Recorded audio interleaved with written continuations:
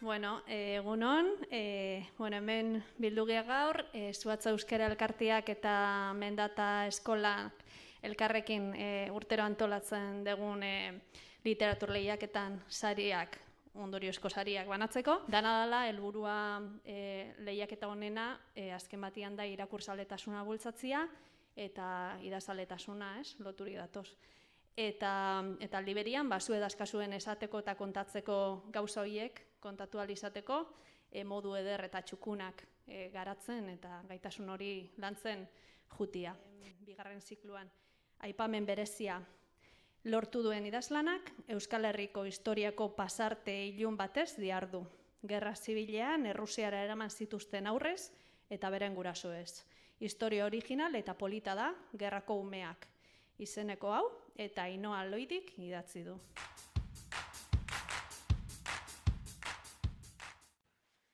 Garai iluna zen 1928 urtea.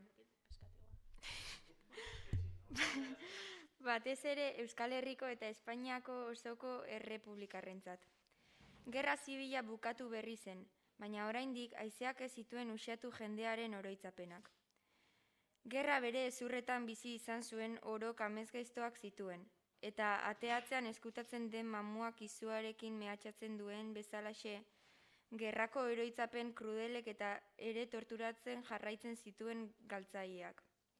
Eta hori lo egin zezaketen zorionekoek, besteak joanak baitziren betirako. Gerrak bizia ere irribarre asko eraman zituen, senarra, semea, umea, ama, eta baita bazter kutxun ugari ere, etxeak, merkatuak, lantokiak. Eta hondamendiaren guztiaren artean aurkitzen ditugu Pilar eta Inazio, gerraren bi biktima errepublikar. Esaten da, denok talentu batekin jaiotzen garela, Pilar eta Inazio indarraren talentuarekin jaio ziren, eta harri jasotzaile bezala erabili zuten gaitasun hori.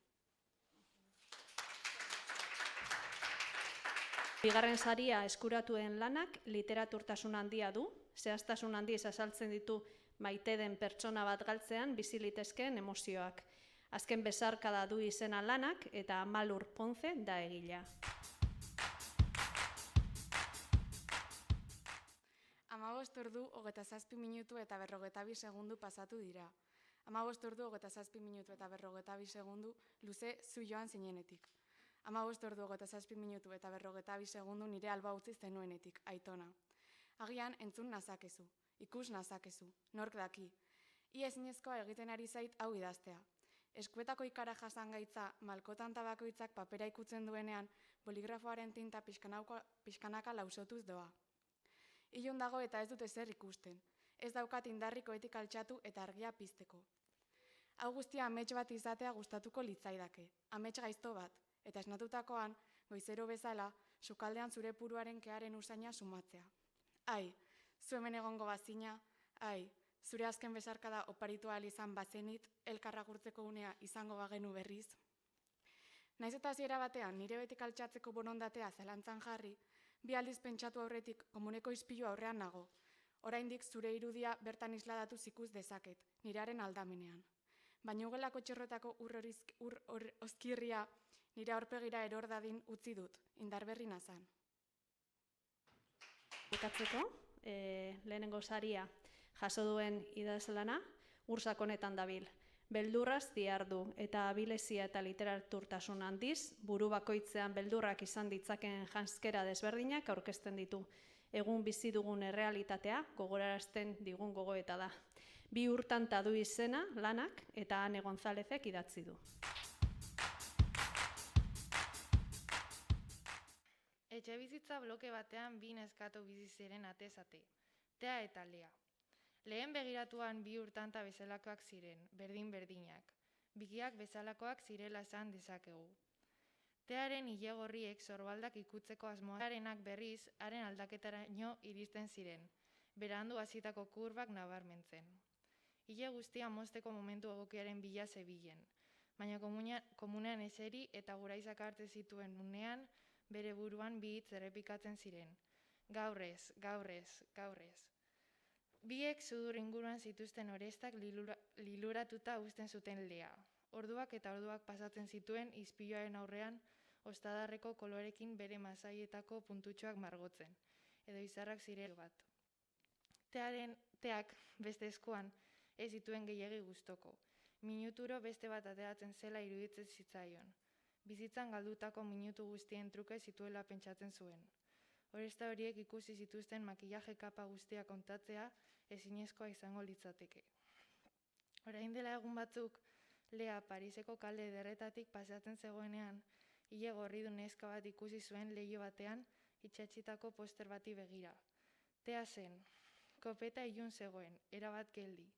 Learen kuriositatea argitaratu eta bere masaiak gorritu egin ziren irrikaz. Hurbildu zenean, bere Espainiak lehen gorantz kurbatuta batean eraldatu ziren.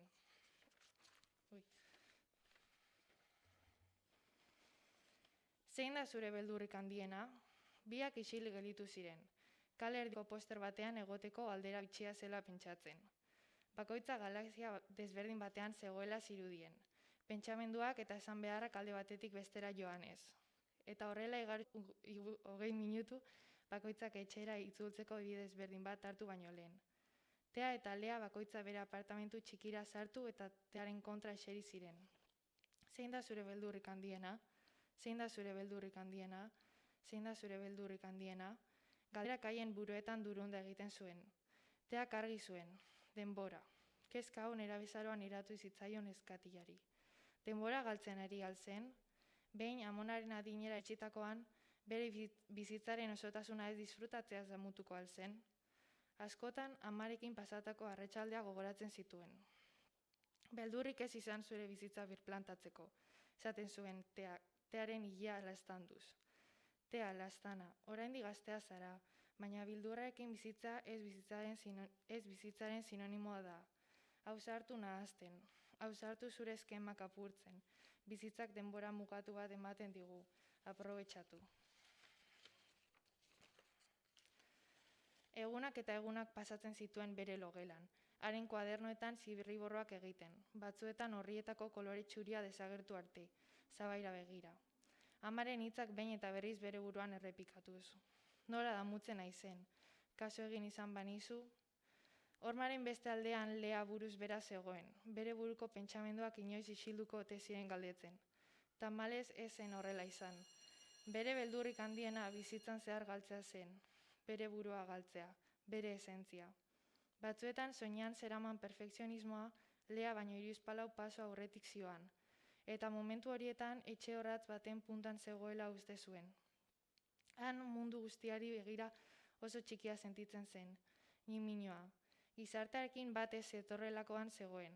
Izan ere, ez zen gauza txar bat izan behar, edo hori pentsatzea gustatzen zitzaion. Gehienetan ezinezkoa zen bi bizilagunak bata bestea desberdintzea, gure bizitzako erabakiak hartzerakoan aukerak desberdintzeko zailtasunak ditugun bezala. Tea galdutako denbora guztia motxila bat hartzen ari zen bitartean, Leak paretean itsatsita zuen mundu osoko mapa bati begira igarotzen zituen 3 ordu. Etxe bizitza bloke batean, 2 neskatu bizi ziren atez-ate, Tea eta Lea. Lehen begiratuan 2 urtanta bezalakoak ziren, berdin-berdinak. Bigarren begiratuan berriz, yin eta yangaren itxura zuten, guztiz desberdinak baina elkarren osagarri ezin hobeak.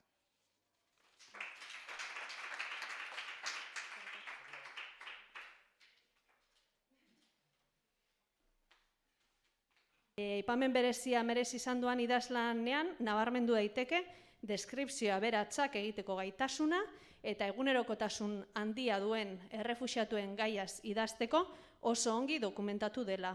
Akramen bidaia du izena lanak eta Marina Azeñarena da.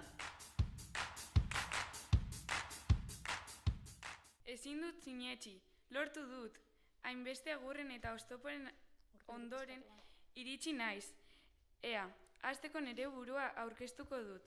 Ni Akram naiz, arabiarrez eskuzabal esan nahi du. 14 urte ditut. Sirian bizi nintzen duela 3 urte. Nire ama eta arreba isarekin. Ez, garai horretan ez nintzen aitarekin bizi. Ni oso gaztea nintzenean joan zen, Europara, guretzat diru eta bizitza hobe baten bila. Urteak pasa ziren nire aitaren mezurik gabe, Ordurako hilda zegoela pentsatzen genuen. Gerra etorri zen Siriara. 2 egun baino ziren geratzen Siriatik aterako gintuen autobus bat hartzeko, eta hainbeste beldurren artean albiste on batek jo zuen gure atea. Aitaren gutun bat zen. Gutunean helbide bat eta argazki bat zeuden. Argazkian itsasoaren irudi bat zegoen, ilunabar eder bat zen. Goiz horretan autobusa hartu genuen. Ni nire lagunekin eseri nintzen eta bidaia ez zitzaidan hain luzea iruditu. Rakara iritsi ginen. Gaua zubi baten azpian pasa genuen. Goizean amak Lesboseko errefuxiatuen esparrura joatea erabaki zuen. Bidaia luzea izan zen, ia 6 hilabetekoa. Bidaian zehar oztopo ugari eduki genituen. Gau askotan kalean egin genuen lo, baina gogorrena ezagutzen genuen jende asko gure aurrean hiltzea zen. Janaria xumea zen eta gaixotasun ugari egoten ziren, baina azkenean Lesbosera iritsi ginen. Bigarren saria merezi izan duen idazlanak, Alemaniako egoera politiko jakinaren berri ematen du, zeharka istorio alai eta originalaren bidez.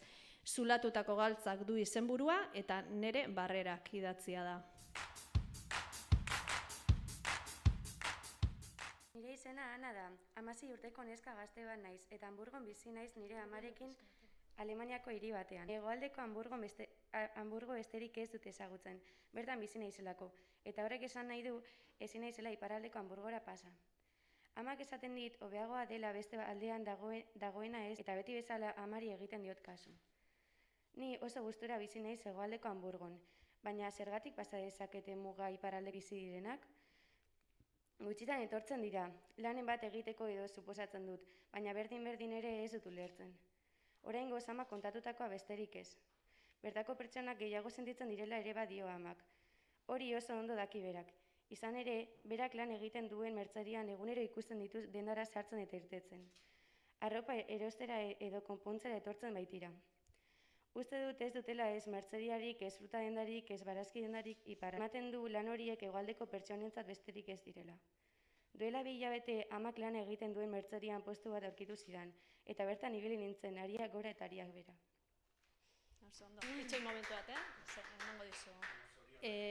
Orduan, lehenengo saria jaso duen lanak, umorea eta ironia erabiliz, bizimoduak idealizatzearen inguru kritikatxoa egiten du, literaturtasun handiarekin. Oso ondo idatzitako lana da, baserritar berria, eta Mattin Agerrezabalak idatzi du.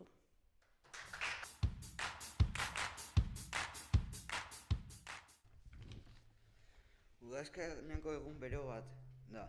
Hego haizea zakar dabil, eta niri leihotik begira nago. Igandero bezala, gurasoek erosi berria duten baserriko leihotik. Eiztarien danbatekoak txorien kantua isiltzen dute, eta nik udako oroitzapenetan galduta du pentsamendua. Tren hotxak esnatu nau, tren hotxak eta nire amaren ahots fin eta sarkorra. Zereginak aipatu dizkit. Hori nahikoa ez eta han etorri ez zaitua, aita atzetik bere proposamen ziragarriek. Gaurkoan ezola berrituko ditugu, itzel. Aita, umore honez dabil, baserriarekin bere ametsa bete du. Ni ordea, nire ametsaren bila nabil oraindik. Hasi da bere erretolika.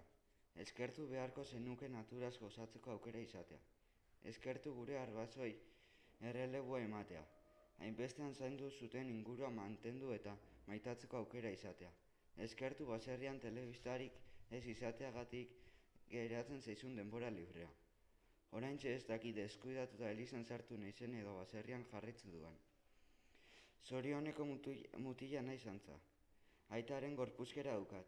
Handia naiz eta nire anai arrebak inguruan jolasten duten bitartean, nik handien lanak sasiak moztu, ezola garraiatu.